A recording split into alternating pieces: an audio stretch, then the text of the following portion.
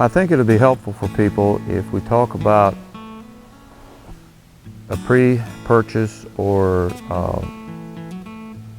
kind of what I do when I buy a horse and what I look for and what you should look for when you buy a horse. You know, a lot of times people come here and they expect the perfect horse. They expect everything health-wise and everything to be perfect. Well, I can tell you right now, I've been at this a long time and I've had thousands and I've never had a perfect one. Now, I've had some that had things that were more tolerable than others, where, you know, if you've got a problem with a horse that is not that big a deal, then you find one that's just got weaknesses that you can tolerate, because you're not going to find the perfect one. Years ago, we used to go to the horse auctions out west, to the prospect sales, and the folks with me, we'd all split up and go out through the auction, and we'd meet up in an hour or two. And of course, my wife, she was the best. She could pick the top selling horse in that auction, $80,000. He's just absolutely almost perfect. That's real nice. You're a good judge of conformation. Now, let's go out and find a horse we can buy for a reasonable number that has some weaknesses that we can tolerate, that we can take home and spend some time with and be able to honorably sell to somebody and be able to make everybody's wages in the meantime. Now there's where the work comes in. There's where you got to be an operator to get this figured out. That you know, anybody can go buy an $80,000 horse that somebody's worked out all the problems with. Well, it's kind of hard to make that work though. So we're going to do this in a couple different sections, okay? So what I'm going to talk about first here is when you go to buy a horse, you have to establish what your priorities are and what is you want to accomplish. It's very hard to get everything in one package. Perfect conformation, perfect character, perfect health, perfect everything, all in one package. So it's tough. So you got to say, you know, if I buy an older horse, I know that he's going to be maybe a little bit arthritic.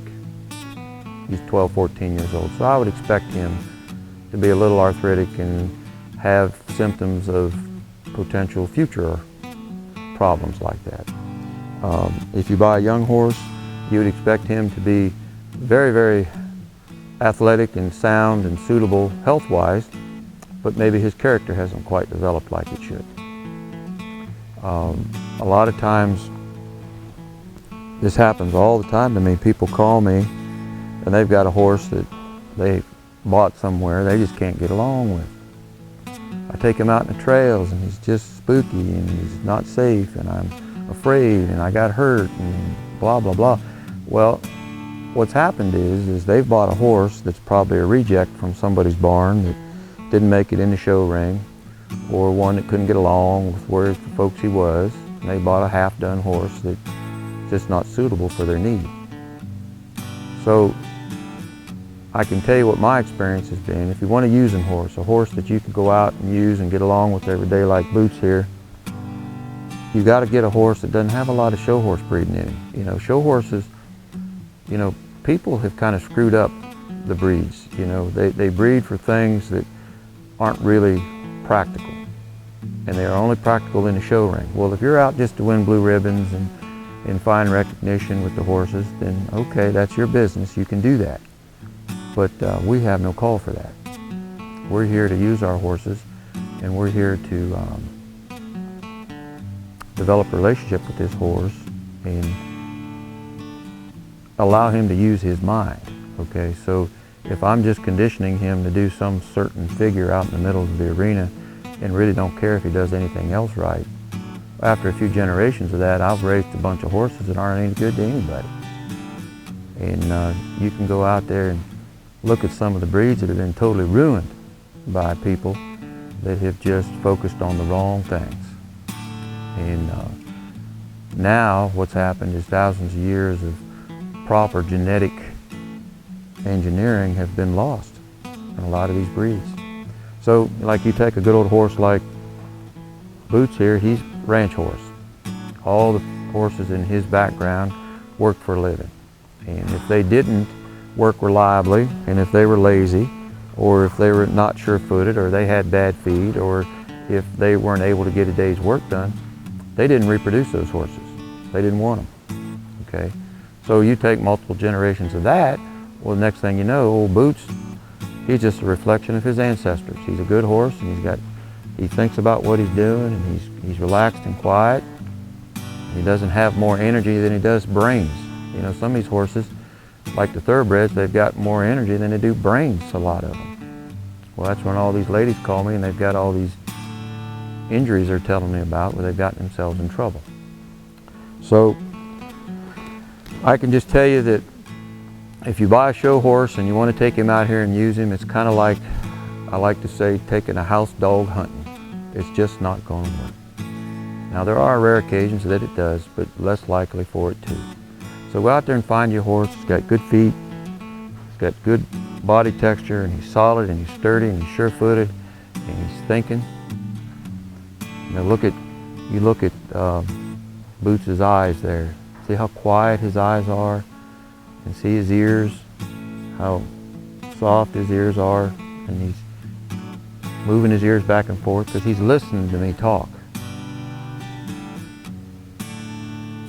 See there, he's listening to me. And see how he's blinking his eyes, and his eyes are quiet. So that's the first thing to look at.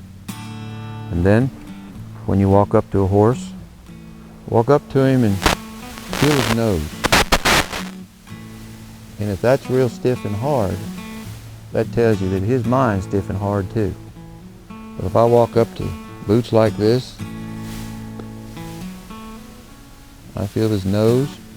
Well, this horse is totally relaxed. Look how soft his nose is. Okay. Look at his bottom lip. You walk up to a horse that's nervous and try that one time, that nose will be as hard as a rock. Okay. So then I walk up to him, and I put my hand right here. See how he dropped his head? Now if he took his nose and bumped me with it, that's a sign of disrespect. He hadn't been anywhere. He doesn't know anything. He's been allowed to be disrespectful. I don't want him. I don't like a horse like that. But I can go like this, and he's okay. He's not afraid of my hand. He's not hand shy. He's not ear shy. You know, a lot of these cowbillies out there, they want to ear twitching and twist their ear when they're doing things. You don't want to do that. Because look, now his ears, he's so soft and nice. I can drop his head like this. I can bridle him. See there how he let air out? That tells me he's okay, he's relaxed. See him licking his lips? Those are things to look for when you look at a horse. Then I take my hands like this and I run down his jaw, down his teeth line. So if he jerks back when I do that, okay, come down through here like this, that means his teeth are sharp. A lot of horses are tossing their head and having problems because their teeth are sharp. So then, come over here and I'll show you. You walk over, we're going to get our finger, and we're going to touch him on his side. See how he is yielding to my pressure of my thumb? Well, that tells me when I get on his back, he'll yield the same way with my leg. So you go to a horse sale somewhere and some guy's sitting on his back and he's telling you some tall tale about this horse and blah, blah, blah, and he's telling me all this, that, and the other. And the whole time he's talking to me, I'm going to walk over like this and I'm going to touch his horse, just like this. And if that horse doesn't yield to me, I don't really listen to what that guy said. And he's talking to me and telling me all about this, that, and the other, and I walk up and I come like this. And if that horse drops his head like that, he's telling me the truth. But if he takes his nose and tries to knock me over, well, maybe he's just trying to sell me a horse he bought last week. We don't have time for that. So, you know, a lot of times when you're buying a horse, you need to look at the people and talk to the people and see, you know, what their background is.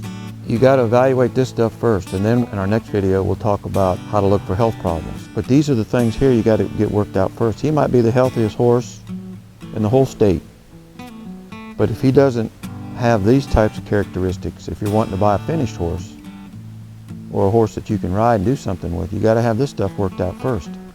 Now, if you're just buying prospects and green horses, it really doesn't matter. You got to look at conformation and you got to look at some other things. We can go over that later, but most of you folks are out trying to buy horses that you can take home and use right away. Well, when you do that, these are the little things I look for.